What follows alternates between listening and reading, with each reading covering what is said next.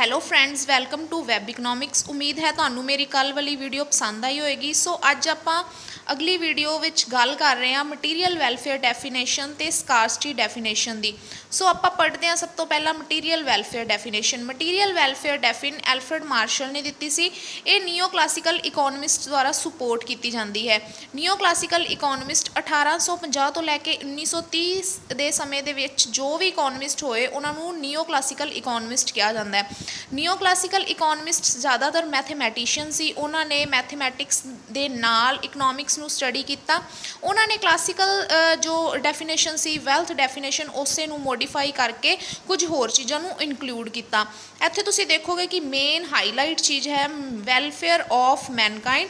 ਇਸ ਡੈਫੀਨੇਸ਼ਨ ਵਿੱਚ ਉਹਨਾਂ ਨੇ ਮੈਨਕਾਈਂਡ ਹਿਊਮਨ ਬੀਇੰਗ ਇਨਸਾਨੀਅਤ ਹੈ ਜੋ ਉਸਦੇ ਵੈਲਫੇਅਰ ਨੂੰ ਸਟੱਡੀ ਕੀਤਾ। ਕਾਹਦੇ ਨਾਲ ਵੈਲਫੇਅਰ ਦੀ ਗੱਲ ਕੀਤੀ? ਉਹਨਾਂ ਨੇ ਮਟੀਰੀਅਲ ਗੁੱਡਸ ਮਟੀਰੀਅਲ ਥਿੰਗਸ ਨਾਲ ਉਹਨਾਂ ਨੇ ਜੋ ਵੈਲਫੇਅਰ ਹੈ ਉਹਦੀ ਡੈਫੀਨੇਸ਼ਨ ਦਿੱਤੀ ਹੈ।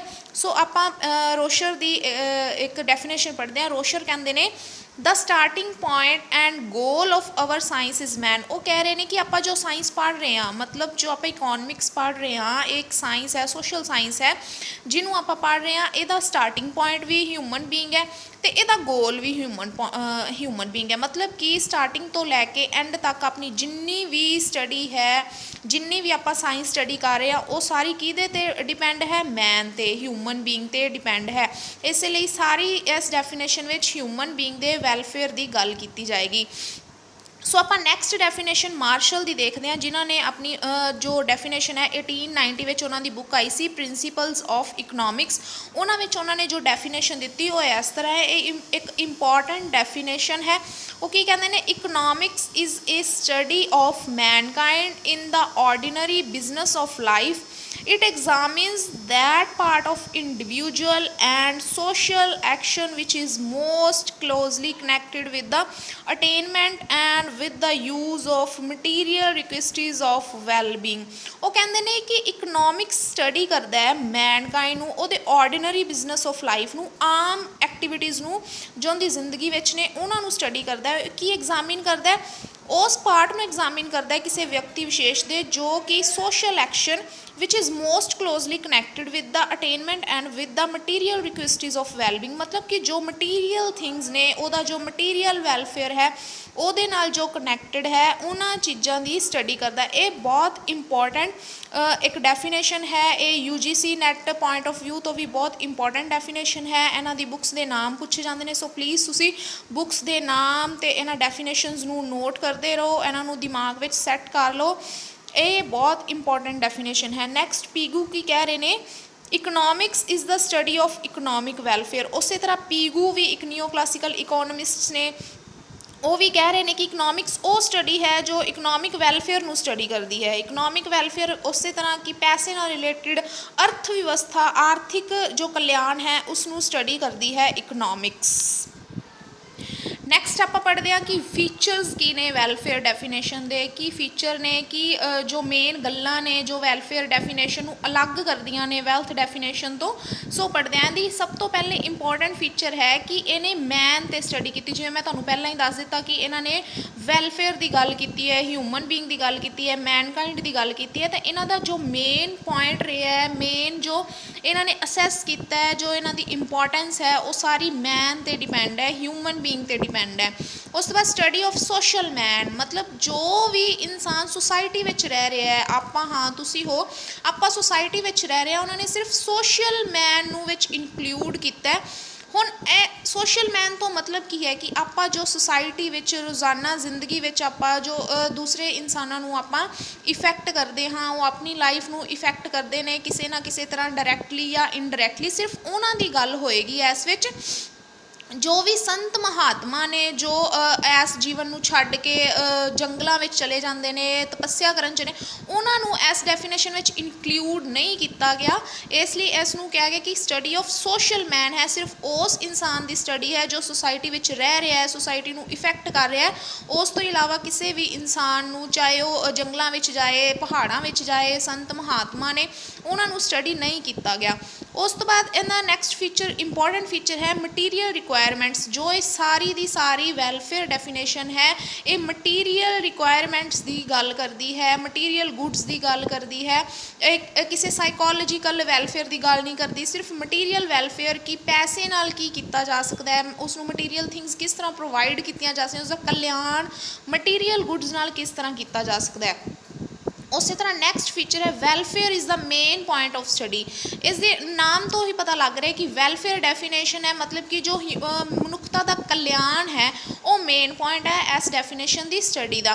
नैक्सट पीगू कह रहे हैं कि इकनॉमिक वैलफेयर जो मैयर है वो होंदा डायरैक्टली या इनडायरैक्टली मनी नाल। पीगू कह रहे हैं कि जो इकनॉमिक वैलफेयर है आर्थिक कल्याण है मनुखता का वो किसी ना किसी तरह सीधे या असीधे तौर पर पैसे दे नाल जुड़िया होया है, पैसे नाल उसका कल्याण हो सकता है। सो आप मैरिट्स भी देख लैंदे कि मैरिट्स ने कि चंगियां गल्लां ने जो इसनूं वैल्थ डेफिनेशन नालों ज़्यादा वधिया बनांदियां ने। आप देखते हैं मोर रैलीवेंट टू प्रैक्टिकल लाइफ। हुण तुसीं देखो कि एडम स्मिथ ने जो ज़्यादातर गल की है वो सिर्फ जायदाद ते गल की है, सारी दी सारी डेफिनेशन उसकी जायदाद ते बेस्ड है, पर जो ये डेफिनेशन है ये ज़्यादातर वैलफेयर ते गल कर रही है, ह्यूमन बीइंग है द मेन स्टडी पॉइंट है। तो ये प्रैक्टिकल लाइफ नाल ज़्यादा रैलीवेंट है एडम स्मिथ की वैल्थ डेफिनेशन नालों। उस तरह नैक्सट यदि मैरिट है कि ये ट्रांसफॉर्म कर रही है साइंस नूं ह्यूमन वैलफेयर तो साइंस ऑफ वैल्थ तो, मतलब इसने इकनॉमिक्स नूं एक नवे नज़रिए नाल वेखना शुरू कर दिता। इस तो बाद जो ये वैलफेयर डेफिनेशन आई इसनूं साइंस ऑफ ह्यूमन वैलफेयर बना दिता गया, काहदे तो ट्रांसफॉर्म करके साइंस ऑफ वैल्थ। पहला डेफिनेशनस विच जो आप गल्लां कीतियां, पहला जो गल्लां हुंदियां सी इकनॉमिक्स बारे इस डेफिनेशन पहला सिर्फ वैल्थ नाल रिलेटिड सी, पर जो मार्शल ने इसनूं स्टडी किया वैलफेयर नूं विच इनकलूड किया तो ये साइंस ऑफ ह्यूमन वैलफेयर बन गई rather than science of wealth. जिवें मैं तुहानूं कल भी दस्सिया सी कि थ्योरीज़ ने इन्हां नूं स्टडी किया गया, इन्हां विच भी कुछ कमियां होणगियां, नवे रिसर्चिज आए होणगियां, नवे इकोनॉमिस्ट आए होणगे जिन्हां ने इसनूं क्रिटिसाइज़ भी किया होएगा। उस तरह ऐसे थ्योरी नूं इस डेफिनेशन नूं भी क्रिटिसाइज़ किया गया। मेनली इन्हां नूं लॉर्ड रॉबिन्स ने क्रिटिसाइज़ किया है। उन्होंने डिफरेंट पॉइंट्स से इसनूं क्रिटिसाइज़ किया कि उन्होंने मेन पॉइंट्स ने जिन्हां करके उन्होंने ये कमियां लगियां जो आप उन्हां ते भी नज़र मारते हैं। Limited scope with material welfare. Lord Robins कह रहे हैं कि सिर्फ मटीरीयल वैलफेयर की गल की गई है, इस करके इकनॉमिक्स का स्कोप बड़ा छोटा हो जाता है। आप सिर्फ मटीरीयल वैलफेयर की गल कर रहे हैं, ह्यूमन बीइंग की साइकोलॉजी की गल नहीं कर रहे, उसनूं किस तरह होर जरूरतां ने, किस तरह का वैलफेयर होर उसका इनक्रीज़ किया जा सकता है, उन्हों की गल नहीं हुई, सिर्फ मटीरीयल थिंग्स से गल हुई है। सेम उस तरह ही है जिमें वैल्थ की गल है, वैल्थ विच मटीरीयल थिंग्स नूं इनकलूड किया गया सी, उन्होंने मटीरीयल थिंग्स तो ही ह्यूमन बीइंग का वैलफेयर किया जा रहा है। सो कोई नवी गल नहीं है, ये लिमिटेड जिहा स्कोप है। नैक्सट पॉइंट फिर उस तरह की concept of welfare is temporary. वो कह रहे हैं कि जो वैलफेयर कंसैप्ट है वो इन्होंने बड़ा टैंपरेरी जिहा लिया, इन्होंने सिर्फ मटीरीयल थिंग्स नूं इनकलूड किया, जदों कि वैलफेयर अलग अलग टाइम ते अलग अलग वैलफेयर के मतलब हो रहे हैं, कल्याण का मतलब बदल जाता है। मान लो कि कोई गरीब आदमी है, वो कल्याण का मतलब है कि उन्होंने तुसीं पैसा दो, उहदियां जरूरतां पूरियां होण, उहदे लई वो कल्याण है। पर दूजी साइड कोई अमीर बंदा है जिस कोल पैसा भी है पर उसकी सेहत ठीक नहीं रहिंदी, पर जे उसनूं उसदी सेहत ठीक हो जाए तो उहदे लई वो कल्याण है। इसलिए मतलब जो वैलफेयर पॉइंट है ये चेंज होंदा रहिंदा है, ये वार वार टाइम के नाल नाल इहदा मतलब बदलता रहिंदा है। इहदा कंसैप्ट जो इस डेफिनेशन विच दिता गया वो बड़ा टैंपरेरी है। उस तरह नैक्सट पॉइंट है economics is a human science not social science. जो रॉबिन्स कह रहे हैं कि जो इकनॉमिक्स है ह्यूमन साइंस है, सोशल साइंस नहीं है। जिमें मार्शल ने सिर्फ सोशल मैन की गल की, उन्होंने संत महात्मा नूं इस विच इनकलूड नहीं किया, पर तुसीं देखोगे किसी ना किसी तरह जो संत महात्मा ने वो डायरैक्टली या इनडायरैक्टली अपनी इकोनमी नूं अफैक्ट जरूर करते हैं, किवें ना किवें वो अफैक्ट करते हैं। मान लो कि कोई अपने घर परिवार नूं छड्ड के गृहस्थी नूं छड्ड के अगर पहाड़ां में जंगलों में चला जाता है तो अगर वो ही एक कमाई का जरिया सी तो उन्हों का जो हुण परिवार है वो डाउनवर्ड जाना शुरू हो जाएगा, उन्होंने इकनॉमिक कंडीशन खराब होनी शुरू, तो किसी ना किसी तरह वो भी तो इफेक्ट कर रहा है। तो कह रहे कि एक ह्यूमन साइंस इकनॉमिक्स उन्होंने सोशल साइंस बना दिता है मार्शल ने। ਉਸੇ ਤਰ੍ਹਾਂ ਉਹ ਕਹਿ ਰਹੇ ਨੇ ਕਿ ਕਲਾਸੀਫਿਕੇਟਰੀ ਡੈਫੀਨੇਸ਼ਨ ਹੈ, ਕਿਉਂਕਿ ਉਹ ਕਹਿ ਰਹੇ ਨੇ ਕਿ ਵਾਰ-ਵਾਰ ਮਤਲਬ ਕਲਾਸੀਫਿਕੇਸ਼ਨਸ ਕੀਤੀਆਂ ਜਾ ਰਹੀਆਂ ਨੇ ਹਰ ਚੀਜ਼ ਦੀਆਂ। ਗੁੱਡਸ ਨੂੰ ਮਟੀਰੀਅਲ ਅਤੇ ਨੋਨ ਮਟੀਰੀਅਲ ਗੁੱਡਸ ਵਿੱਚ ਡਿਵਾਈਡ ਕਰਤਾ, ਐਕਟੀਵਿਟੀਜ਼ ਨੂੰ ਇਕਨੋਮਿਕ ਅਤੇ ਨੋਨ ਇਕਨੋਮਿਕ ਐਕਟੀਵਿਟੀਜ਼ ਵਿੱਚ ਡਿਵਾਈਡ ਕਰਤਾ। ਮਤਲਬ ਕੋਈ ਇੰਨਾ ਅੱਛਾ ਐਨਾਲਿਸਿਸ ਨਹੀਂ ਹੈ, ਸਾਰਾ ਵੈਲਥ ਡੈਫੀਨੇਸ਼ਨ ਦੇ ਨਾਲ ਰਿਲੇਟਿਡ ਹੈ। ਥੋੜ੍ਹੀਆਂ ਬਹੁਤ ਟਰਮਸ ਨੂੰ ਚੇਂਜ ਕਰਕੇ ਇੱਕ ਨਵੀਂ ਡੈਫੀਨੇਸ਼ਨ ਤਿਆਰ ਕੀਤੀ। ਸੋ ਨੈਕਸਟ ਆਪਾਂ ਗੱਲ ਕਰਦੇ ਹਾਂ ਸਕੈਰਸਿਟੀ ਡੈਫੀਨੇਸ਼ਨ ਦੀ। ਲੋਰਡ ਰੋਬਿਨਸ ਨੇ ਮਾਰਸ਼ਲ ਦੀ ਜੋ ਵੈਲਫੇਅਰ ਡੈਫੀਨੇਸ਼ਨ ਹੈ ਉਹਨਾਂ ਨੂੰ ਕ੍ਰਿਟੀਸਾਈਜ਼ ਕਰਕੇ ਕਿਹਾ ਸੀ ਕਿ ਉਹਨਾਂ ਵਿੱਚ ਉਹਨਾਂ ਨੇ ਸਕਾਰਸਿਟੀ ਵਰਡਸ ਨੂੰ ਯੂਜ਼ ਨਹੀਂ ਕੀਤਾ। ਸੋ ਆਪਾਂ ਉਹਨਾਂ ਦੀ ਸਕਾਰਸਿਟੀ ਡੈਫੀਨੇਸ਼ਨ ਨੂੰ ਪੜ੍ਹਦੇ ਹਾਂ। ਇਹ ਲੋਰਡ ਰੋਬਿਨਸ ਨੇ ਸਟੱਡੀ ਕੀਤੀ ਸੀ, ਉਹਨਾਂ ਦੀ ਬੁੱਕ ਸੀ ਐਨ ਐਸੇ on the nature and significance of economic science, ਜੋ 1932 ਵਿੱਚ ਪਬਲਿਸ਼ ਹੋਈ ਸੀ। ਉਹਨਾਂ ਨੇ ਸਕਾਰਸਿਟੀ ਨੂੰ ਇੱਕ ਮੇਨ ਪੁਆਇੰਟ ਦੱਸਿਆ, ਮੇਨ ਪ੍ਰੋਬਲਮ ਦੱਸੀ, ਸੋ ਉਹਨਾਂ ਨੂੰ ਸਟੱਡੀ ਕੀਤਾ। ਉਸੇ ਤਰ੍ਹਾਂ ਰੋਬਿਨਸ ਕੀ ਕਹਿ ਰਹੇ ਨੇ, ਉਹਨਾਂ ਦੀ ਡੈਫੀਨੇਸ਼ਨ ਕੀ ਹੈ? Economics is a science that studies human behaviour as a relationship between ends and scarce means which have alternative uses. ਉਹ ਕਹਿੰਦੇ ਨੇ ਕਿ ਇਕਨੋਮਿਕਸ ਇੱਕ ਸਾਇੰਸ ਹੈ ਜੋ ਕੀ ਸਟੱਡੀ ਕਰ ਰਹੀ ਹੈ? ਹਿਊਮਨ ਬਿਹੇਵੀਅਰ ਸਟੱਡੀ ਕਰਦੀ ਹੈ, ਮਨੁੱਖ ਦਾ ਜੋ ਵਿਹਾਰ ਹੈ ਉਹਨੂੰ ਸਟੱਡੀ ਕਰਦੀ ਹੈ। ਰਿਲੇਸ਼ਨਸ਼ਿਪ ਕਾਹਦੀ ਹੈ? ਐਂਡਸ ਐਂਡ ਸਕਾਰਸ ਮੀਨਸ ਦੀ। ਇੱਥੇ ਐਂਡਸ ਤੋਂ ਮਤਲਬ ਹੈ ਵਾਂਟਸ, ਇੱਛਾਵਾਂ, ਹਿਊਮਨ ਬੀਇੰਗ ਦੇ ਇੱਛਾਵਾਂ, ਅਤੇ ਮੀਨਸ ਰਿਸੋਰਸਿਸ। ਸਕਾਰਸ ਦਾ ਮਤਲਬ ਸਮਝੋ, ਸਕਾਰਸ ਦਾ ਮਤਲਬ ਹੈ ਰਿਸੋਰਸਿਸ ਦੀ ਕਮੀ ਹੋਣੀ, ਸਕਾਰਸਿਟੀ ਦਾ ਮਤਲਬ ਹੁੰਦਾ ਹੈ ਘਾਟ ਹੋਣੀ ਕਿਸੇ ਚੀਜ਼ ਦੀ। ਤਾਂ ਸਕਾਰਸ ਮੀਨਸ ਨੇ ਆਪਣੇ ਕੋਲ, ਪਰ ਆਪਣੇ ਐਂਡਸ ਨੇ ਉਹ ਅਨਲਿਮਿਟਿਡ ਨੇ। ਉਸੇ ਤਰ੍ਹਾਂ ਪ੍ਰੋਬਲਮ ਆਫ ਚੋਇਸ ਪੈਦਾ ਹੋ ਜਾਂਦੀ ਹੈ। ਜੋ ਸਕਾਰਸ ਮੀਨਸ ਨੇ ਉਹਨਾਂ ਦੇ ਵੀ ਆਲਟਰਨੇਟਿਵ ਯੂਜ਼ਿਸ ਨੇ। ਉਹਨਾਂ ਇੱਕ ਚੀਜ਼ ਤੋਂ ਕਈ ਤਰ੍ਹਾਂ ਨਾਲ ਉਸਦਾ ਯੂਜ਼ ਕੀਤਾ ਜਾ ਸਕਦਾ ਹੈ। ਜਿਵੇਂ ਮੰਨ ਲਓ ਤੁਹਾਨੂੰ ਕੱਲ੍ਹ ਵੀ ਐਗਜ਼ਾਮਪਲ ਦਿੱਤੀ ਸੀ ਕਿ ਇੱਕ ਹੈਕਟੇਅਰ ਲੈਂਡ ਹੈ, ਉਸ 'ਤੇ ਘਰ ਵੀ ਬਣਾਇਆ ਜਾ ਸਕਦਾ, ਉਸਦੇ ਕੋਈ ਪਲਾਂਟ ਲਗਾਇਆ ਜਾ ਸਕਦਾ ਹੈ, ਜਾਂ ਉਸ ਨੂੰ ਖੇਤੀ ਲਈ ਵਰਤਿਆ ਜਾ ਸਕਦਾ ਹੈ। ਫੋਰ ਐਗਜ਼ਾਮਪਲ ਤੁਹਾਡੇ ਘਰ ਦੁੱਧ ਹੈ, ਦੁੱਧ ਤੋਂ ਤੁਸੀਂ ਚਾਹ ਬਣਾ ਸਕਦੇ ਹੋ, ਦੁੱਧ ਤੋਂ ਤੁਸੀਂ ਪਨੀਰ ਬਣਾ ਸਕਦੇ ਹੋ, ਦਹੀਂ ਬਣਾ ਸਕਦੇ ਹੋ। ਉਹਦੇ ਡਿਫਰੈਂਟ ਯੂਜ਼ਿਸ ਨੇ, ਉਹਨਾਂ ਨੂੰ ਆਲਟਰਨੇਟਿਵ ਯੂਜ਼ਿਸ ਕਿਹਾ ਜਾਂਦਾ ਹੈ। ਸੋ ਸਾਡੇ ਕੋਲ ਜੋ ਰਿਸੋਰਸਿਸ ਨੇ ਉਹ ਇੱਕ ਤਾਂ ਹੈ ਵੀ ਘੱਟ ਨੇ, ਉੱਤੋਂ ਉਹਨਾਂ ਦੇ ਯੂਜ਼ ਵੀ ਕਈ ਤਰ੍ਹਾਂ ਦੇ ਨੇ। ਇੱਥੇ ਪ੍ਰੋਬਲਮ ਆਫ ਚੋਇਸ ਪੈਦਾ ਹੋ ਜਾਂਦੀ ਹੈ। ਸੋ ਇਹ ਜੋ ਸਟੱਡੀ ਹੈ ਇਹ ਜ਼ਿਆਦਾ ਰੈਲੇਵੈਂਟ ਸਟੱਡੀ ਹੈ ਪ੍ਰੈਕਟੀਕਲ ਲਾਈਫ ਨਾਲ। ਅਤੇ ਹੁਣ ਆਪਾਂ ਇਹਨਾਂ ਦੇ ਫੀਚਰਸ ਦੇਖ ਲੈਂਦੇ ਹਾਂ ਕਿ ਕੀ ਫੀਚਰਸ ਨੇ ਜੋ ਐਸ ਡੈਫੀਨੇਸ਼ਨ ਨੂੰ ਬਾਕੀ ਦੋਨਾਂ ਡੈਫੀਨੇਸ਼ਨ ਨਾਲੋਂ ਅਲੱਗ ਕਰਦੇ ਨੇ। ਅਨਲਿਮਿਟਿਡ ਵਾਂਟਸ ਔਰ ਐਂਡਸ, ਇਹਨਾਂ ਵਿੱਚ ਜੋ ਉਹਨਾਂ ਨੇ ਵਰਡ ਯੂਜ਼ ਕੀਤਾ ਐਂਡਸ, ਉਹਦਾ ਮਤਲਬ ਕੀ ਹੈ? Unlimited wants. ਲੋਰਡ ਰੋਬਿਨਸ ਕਹਿ ਰਹੇ ਨੇ ਕਿ ਸੇਮ ਉਸੇ ਤਰ੍ਹਾਂ ਜੋ ਆਪਾਂ ਕੱਲ੍ਹ ਗੱਲ ਕੀਤੀ ਸੀ ਕਿ ਹਿਊਮਨ ਬੀਇੰਗ ਦੀਆਂ ਜੋ ਇੱਛਾਵਾਂ ਨੇ ਉਹ ਬਹੁਤ ਜ਼ਿਆਦਾ ਨੇ, ਉਹ ਵੱਧਦੀਆਂ ਹੀ ਜਾਂਦੀਆਂ ਨੇ। ਅਗਰ ਇੱਕ ਇੱਛਾ ਪੂਰੀ ਹੋ ਜਾਂਦੀ ਹੈ ਤਾਂ ਦੂਜੀ ਇੱਛਾ ਤਿਆਰ ਹੁੰਦੀ ਹੈ ਪੂਰਾ ਹੋਣ ਲਈ। ਸੋ ਉਸ ਦੀਆਂ ਜੋ ਇੱਛਾਵਾਂ ਨੇ ਉਹ ਵੱਧਦੀਆਂ ਰਹਿੰਦੀਆਂ ਨੇ, ਚਾਹੇ ਜਿੰਨਾ ਮਰਜ਼ੀ ਉਹਨਾਂ ਨੂੰ ਪੂਰਾ ਕਰੀ ਜਾਓ। ਅਗਰ ਇੱਕ ਇੱਛਾ ਨੂੰ ਤੁਸੀਂ ਪੂਰਾ ਕਰਦੇ ਹੋ ਤਾਂ ਨਵੀਂ ਪੈਦਾ ਹੋ ਜਾਂਦੀ ਹੈ। ਦੂਸਰੀ ਉਹਨਾਂ ਨੇ ਕੀ ਗੱਲ ਕੀਤੀ ਕਿ ਲਿਮਿਟਿਡ ਜਾਂ ਸਕਾਰਸ ਮੀਨਸ ਨੇ ਸਾਡੇ ਕੋਲ, ਮਤਲਬ ਸਾਡੇ ਕੋਲ ਜੋ ਰਿਸੋਰਸਿਸ ਨੇ ਉਹ ਬਹੁਤ ਘੱਟ ਨੇ, ਬਹੁਤ ਜ਼ਿਆਦਾ ਘੱਟ ਨੇ। ਉਹਨਾਂ ਨੂੰ ਕਿਸ ਤਰ੍ਹਾਂ ਸੈਟਿਸਫਾਈ ਕੀਤਾ ਜਾਏ ਹਿਊਮਨ ਬੀਇੰਗ ਦੀਆਂ ਇੱਛਾਵਾਂ ਨੂੰ, ਇਹਨਾਂ ਸਕਾਰਸ ਮੀਨਸ ਨਾਲ ਇਹ ਸਟੱਡੀ ਹੋਈ ਹੈ ਇਸ ਸਾਰੀ ਡੈਫੀਨੇਸ਼ਨ ਵਿੱਚ। ਇੱਥੇ ਤੁਸੀਂ ਦੇਖੋਗੇ ਕਿ wants are greater than means, ਜੋ ਇੱਛਾਵਾਂ ਨੇ ਉਹ ਰਿਸੋਰਸਿਸ ਤੋਂ ਜ਼ਿਆਦਾ ਨੇ। ਇਸ ਚੀਜ਼ ਨੂੰ ਹਾਈਲਾਈਟ ਕੀਤਾ ਗਿਆ ਇਸ ਡੈਫੀਨੇਸ਼ਨ ਦੇ ਵਿੱਚ। ਆਲਟਰਨੇਟਿਵ ਯੂਜ਼ਿਸ ਆਫ ਮੀਨਸ, ਉਹ ਵੀ ਪਹਿਲਾਂ ਵਾਲੀ ਗੱਲ ਕਿ ਜੇ ਅਗਰ ਤੁਹਾਡੇ ਕੋਲ ਦੁੱਧ ਹੈ, ਦੁੱਧ ਤੋਂ ਤੁਸੀਂ ਚਾਹ ਵੀ ਬਣਾ ਸਕਦੇ ਹੋ, ਦਹੀਂ ਬਣਾ ਸਕਦੇ ਹੋ, ਪਨੀਰ ਬਣਾ ਸਕਦੇ ਹੋ, ਕਿ ਮਤਲਬ ਇੱਕ ਰਿਸੋਰਸ ਦੇ ਕਈ ਯੂਜ਼ਿਸ ਨੇ। ਇਹ ਵੀ ਪ੍ਰੋਬਲਮ ਆਫ ਚੋਇਸ ਨੂੰ ਪੈਦਾ ਕਰ ਦਿੰਦਾ ਹੈ।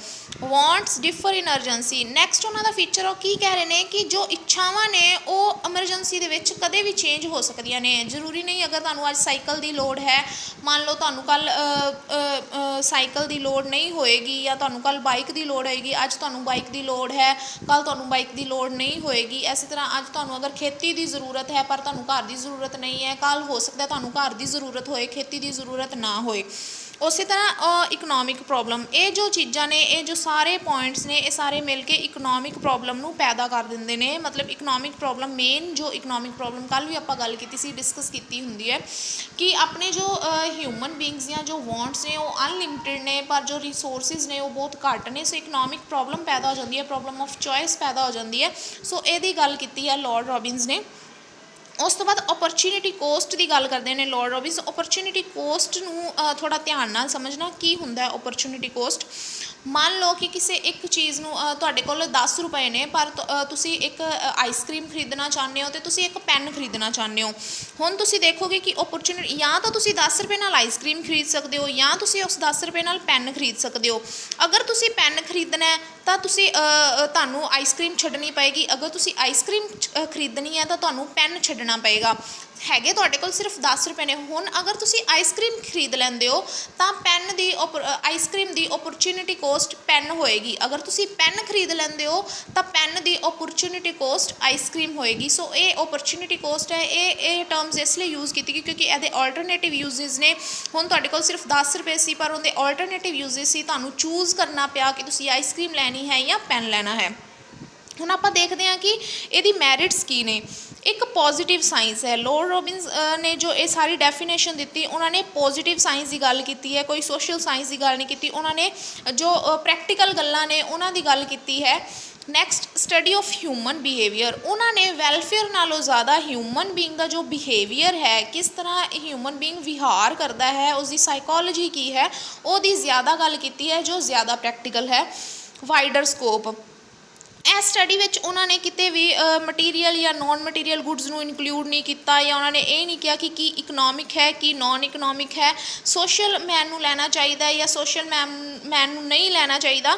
ਇਸ ਕਰਕੇ ਇਸ ਇਕਨੋਮਿਕਸ ਦਾ ਜੋ ਸਕੋਪ ਹੈ ਉਹ ਜ਼ਿਆਦਾ ਵਾਈਡਰ ਹੈ। ਯੂਨੀਵਰਸਲ ਡੈਫੀਨੇਸ਼ਨ ਹੈ, ਹਰੇਕ ਦੇਸ਼ ਹਰੇਕ ਜਗ੍ਹਾ 'ਤੇ ਲੱਗਦੀ ਹੈ।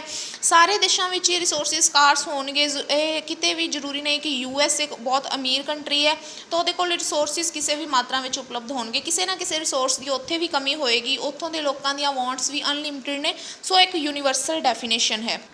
ਸੋ ਨੈਕਸਟ ਪੁਆਇੰਟ ਹੈ ਲੌਜੀਕਲ ਐਕਸਪਲੇਨੇਸ਼ਨ, ਕਿ ਇਹ ਜੋ ਸਟੱਡੀ ਹੈ ਜ਼ਿਆਦਾ ਲੌਜੀਕਲ ਹੈ। ਇਹਨਾਂ ਦੀ ਜੋ ਐਕਸਪਲੇਨੇਸ਼ਨ ਇਕਨੋਮਿਕ ਪ੍ਰੋਬਲਮ ਦੀ ਉਹ ਜ਼ਿਆਦਾ ਲੌਜੀਕਲ ਹੈ। ਸੋ ਆਪਾਂ ਉਸੇ ਤਰ੍ਹਾਂ ਜਿਸ ਤਰ੍ਹਾਂ ਬਾਕੀ ਡੈਫੀਨੇਸ਼ਨਸ ਨੂੰ ਕ੍ਰਿਟੀਸਾਈਜ਼ ਕੀਤਾ ਗਿਆ, ਲੋਰਡ ਰੋਬਿਨਸ ਨੇ ਮਾਰਸ਼ਲ ਦੀ ਡੈਫੀਨੇਸ਼ਨ ਨੂੰ ਕ੍ਰਿਟੀਸਾਈਜ਼ ਕੀਤਾ, ਉਸੇ ਤਰ੍ਹਾਂ ਅੱਗੇ ਜੋ ਇਕੋਨਮਿਸਟਸ ਆਏ ਜਿਵੇਂ ਐਲੇ, ਡਰਬਿਨ, ਵੂਟਨ, ਇਹਨਾਂ ਨੇ ਲੋਰਡ ਰੋਬਿਨਸ ਦੀ ਡੈਫੀਨੇਸ਼ਨ ਨੂੰ ਵੀ ਕ੍ਰਿਟੀਸਾਈਜ਼ ਕੀਤਾ। ਉਹਨਾਂ ਦੇ ਆਪਾਂ ਵਿਊਜ਼ ਦੇਖ ਲੈਂਦੇ ਹਾਂ ਕਿ ਕਿਉਂ ਉਹਨਾਂ ਨੇ ਕ੍ਰਿਟੀਸਾਈਜ਼ ਕੀਤਾ। ਉਹ ਕਹਿ ਰਹੇ ਨੇ ਕਿ ਇਗਨੋਰ ਕਰ ਰਹੇ ਨੇ social aspect of economic activities. ਜਿਵੇਂ ਮਾਰਸ਼ਲ ਨੇ ਸੋਸ਼ਲ ਮੈਨ ਨੂੰ ਵਿੱਚ ਇਨਕਲੂਡ ਕੀਤਾ ਸੀ, ਪਰ ਅੱਗੇ ਆ ਕੇ ਰੋਬਿਨਸ ਨੇ ਕਹਿਤਾ ਕਿ ਜੋ ਹਿਊਮਨ ਬੀਇੰਗ ਸਾਰੇ ਦੇ ਸਾਰੇ, ਚਾਹੇ ਉਹ ਸੰਤ ਮਹਾਤਮਾ ਨੇ, ਚਾਹੇ ਉਹ ਘਰ-ਬਾਰ ਛੱਡ ਕੇ ਕਿਤੇ ਬਾਹਰ ਗਏ ਹੋਏ ਨੇ, ਉਹ ਇਕਨੋਮਿਕ ਐਕਟੀਵਿਟੀਜ਼ ਨੂੰ ਅਫੈਕਟ ਨਹੀਂ ਕਰਦੇ, ਉਹ ਵੀ ਇਨਕਲੂਡ ਹੋਣਗੇ। ਤਾਂ ਇਹ ਸਾਰੇ ਜੋ ਇਕੋਨਮਿਸਟ ਨੇ ਇਹਨਾਂ ਨੇ ਕ੍ਰਿਟੀਸਾਈਜ਼ ਕੀਤਾ ਇਸ ਪੁਆਇੰਟ 'ਤੇ ਕਿ ਇਹਨਾਂ ਨੇ ਸੋਸ਼ਲ ਅਸਪੈਕਟ ਨੂੰ ਇਕਨੋਮਿਕ ਐਕਟੀਵਿਟੀ ਦੇ ਵਿੱਚ ਇਨਕਲੂਡ ਨਹੀਂ ਕੀਤਾ, ਇਹਨਾਂ ਨੇ ਸਾਰੀ ਦੀ ਸਾਰੀ ਮਨੁੱਖਤਾ ਨੂੰ ਹੀ ਇਨਕਲੂਡ ਕਰ ਦਿੱਤਾ।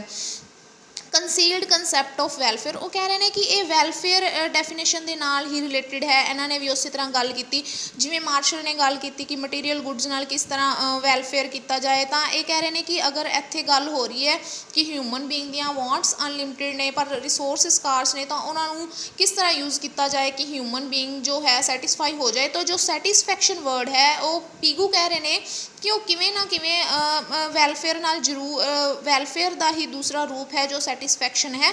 ਸੋ ਇਹ ਉਸੇ ਦਾ ਨਾਲ ਦਾ ਰਿਲੇਟਿਡ ਇੱਕ ਟੌਪਿਕ ਹੈ, ਉਸੇ ਦੀ ਨਾਲ ਦੀ ਡੈਫੀਨੇਸ਼ਨ ਹੈ, ਕੁਛ ਨਵਾਂ ਨਹੀਂ ਹੈ ਇਹਦੇ ਵਿੱਚ। Too much wide scope of economics, ਉਹ ਕਹਿ ਰਹੇ ਨੇ ਕਿ ਇਕਨੋਮਿਕਸ ਦਾ ਜੋ ਸਕੋਪ, ਜੋ ਲੋਰਡ ਰੋਬਿਨਸ ਨੇ ਜੋ ਡੈਫੀਨੇਸ਼ਨ ਦਿੱਤੀ ਹੈ ਉਹ ਬਹੁਤ ਜ਼ਿਆਦਾ ਵਾਈਡ ਹੈ, ਬਹੁਤ ਜ਼ਿਆਦਾ ਫੈਲਿਆ ਹੋਇਆ ਹੈ ਕਿ ਇਹਦੇ ਵਿੱਚ ਸਮਝ ਨਹੀਂ ਆਉਂਦੀ ਕਿ ਕੀ ਛੱਡੀਏ ਕੀ ਨਾ ਛੱਡੀਏ। ਅਗਰ ਇਹਨਾਂ ਨੇ ਸਕਾਰਸ ਰਿਸੋਰਸਿਸ ਦੀ ਗੱਲ ਕੀਤੀ ਤਾਂ ਉਹ ਕਹਿ ਰਹੇ ਨੇ ਕਿ ਟਾਈਮ ਵੀ ਇੱਕ ਸਕਾਰਸ ਮੀਨ ਹੈ। ਸੋ ਅਗਰ ਆਪਾਂ ਟਾਈਮ ਨੂੰ ਵਿੱਚ ਸਟੱਡੀ ਕਰਦੇ ਹਾਂ ਤਾਂ ਇਕਨੋਮਿਕਸ ਦੀ ਸਟੱਡੀ ਨਹੀਂ ਹੋਏਗੀ ਉਹ। ਸੋ ਉਹਨਾਂ ਨੇ ਕਿਹਾ ਕਿ ਬਹੁਤ ਜ਼ਿਆਦਾ ਵਾਈਡਰ ਸਕੋਪ ਹੋ ਗਿਆ ਇਹਦੇ ਨਾਲ economics the.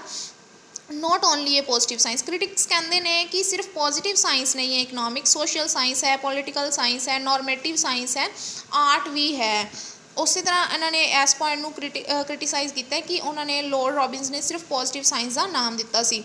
ਸਕਾਰਸਿਟੀ is not the cause of economic problem, ਉਸੇ ਤਰ੍ਹਾਂ ਬਾਕੀ ਇਕੋਨਮਿਸਟਸ ਕਹਿੰਦੇ ਨੇ ਕਿ ਜੋ ਸਕਾਰਸਿਟੀ ਹੈ ਉਹ ਸਿਰਫ ਇਕਨੋਮਿਕ ਪ੍ਰੋਬਲਮ ਨਹੀਂ ਹੈ, ਉਸ ਤੋਂ ਇਲਾਵਾ ਅਨਇੰਪਲੋਇਮੈਂਟ ਹੈ, ਬਹੁਤ ਬੇਰੁਜ਼ਗਾਰੀ ਹੈ, ਮਹਿੰਗਾਈ ਹੈ, ਇਨਫਲੇਸ਼ਨ ਰੇਟ ਦਿਨੋਂ ਦਿਨ ਵੱਧ ਰਿਹਾ ਹੈ। ਸੋ ਇਕਨੋਮਿਕ ਪ੍ਰੋਬਲਮ ਨੂੰ ਉਹ ਵੀ ਅਕਰ ਕਰਦੇ ਨੇ, ਸਿਰਫ ਸਕਾਰਸਿਟੀ ਇੱਕ ਕਾਰਨ ਨਹੀਂ ਹੈ ਜਿਹਦੇ ਨਾਲ ਇਕਨੋਮਿਕ ਪ੍ਰੋਬਲਮ ਪੈਦਾ ਹੋ ਜਾਂਦੀ ਹੈ।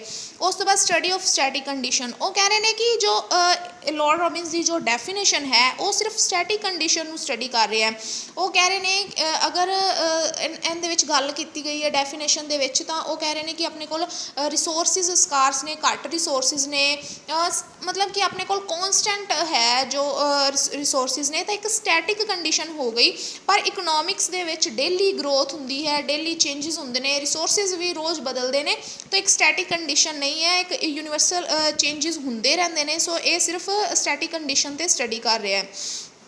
ਉਸ ਤੋਂ ਬਾਅਦ ਉਹਨਾਂ ਨੇ ਨੈਕਸਟ ਪੁਆਇੰਟ ਜੋ ਉਹਨਾਂ ਨੇ ਕ੍ਰਿਟੀਸਾਈਜ਼ ਕੀਤਾ ਉਹ ਕੰਪਲੈਕਸ ਐਂਡ ਐਬਸਟਰੈਕਟ। ਉਹ ਕਹਿ ਰਹੇ ਨੇ ਕਿ ਇਕਨੋਮਿਕਸ ਦੀ ਸਟੱਡੀ ਨੂੰ ਐਸ ਡੈਫੀਨੇਸ਼ਨ ਨੇ ਬਹੁਤ ਜ਼ਿਆਦਾ ਕੰਪਲੈਕਸ ਕਰ ਦਿੱਤਾ ਹੈ, ਸਮਝ ਨਹੀਂ ਆ ਰਹੀ ਕਿ ਸਟੱਡੀ ਦੇ ਵਿੱਚ ਇਕਨੋਮਿਕਸ ਦੇ ਵਿੱਚ ਕੀ ਲੈਣਾ ਚਾਹੀਦਾ ਹੈ, ਕਿ ਉਸਨੂੰ ਛੱਡਣਾ ਚਾਹੀਦਾ ਹੈ, ਕਿ ਐਡ ਕੀਤਾ ਜਾਣਾ ਚਾਹੀਦਾ ਹੈ, ਕਿ ਇਗਨੋਰ ਕਰਨਾ ਚਾਹੀਦਾ ਹੈ। ਅਤੇ ਇਸ ਵਿੱਚ ਹੁਣ ਐਬਸਟਰੈਕਟ ਹੈ, ਮਤਲਬ ਕਿ ਇਮੋਸ਼ਨਲੈਸ ਸਟੱਡੀ ਹੈ, ਸਿਰਫ ਰਿਸੋਰਸਿਸ 'ਤੇ ਗੱਲ ਹੋ ਰਹੀ ਹੈ, ਕੋਈ ਹਿਊਮਨ ਬੀਇੰਗ ਦੀ ਗੱਲ ਨਹੀਂ ਹੋ ਰਹੀ, ਕੋਈ ਵੈਲਫੇਅਰ ਦੀ ਗੱਲ ਨਹੀਂ ਹੋ ਰਹੀ। ਸੋ ਇਹ ਦੋ ਡੈਫੀਨੇਸ਼ਨਾਂ ਸੀ ਜਿਨ੍ਹਾਂ ਦੀ ਆਪਾਂ ਅੱਜ ਗੱਲ ਕੀਤੀ। ਉਮੀਦ ਹੈ ਤੁਹਾਨੂੰ ਇਹ ਡੈਫੀਨੇਸ਼ਨਸ ਪਸੰਦ ਆਈਆਂ ਹੋਣਗੀਆਂ, ਇਹਨਾਂ ਦੀ ਸਟੱਡੀ, ਇਹਨਾਂ ਦੇ ਕੰਸੈਪਟ ਤੁਹਾਨੂੰ ਸਮਝ ਆਏ ਹੋਣਗੇ। ਅਗਰ ਸਮਝ ਆਏ ਹੋਣ ਤਾਂ ਚੈਨਲ ਨੂੰ ਸਬਸਕ੍ਰਾਈਬ ਕਰੋ, ਵੀਡੀਓ ਨੂੰ ਲਾਈਕ ਕਰੋ, ਸ਼ੇਅਰ ਕਰੋ। Thank you.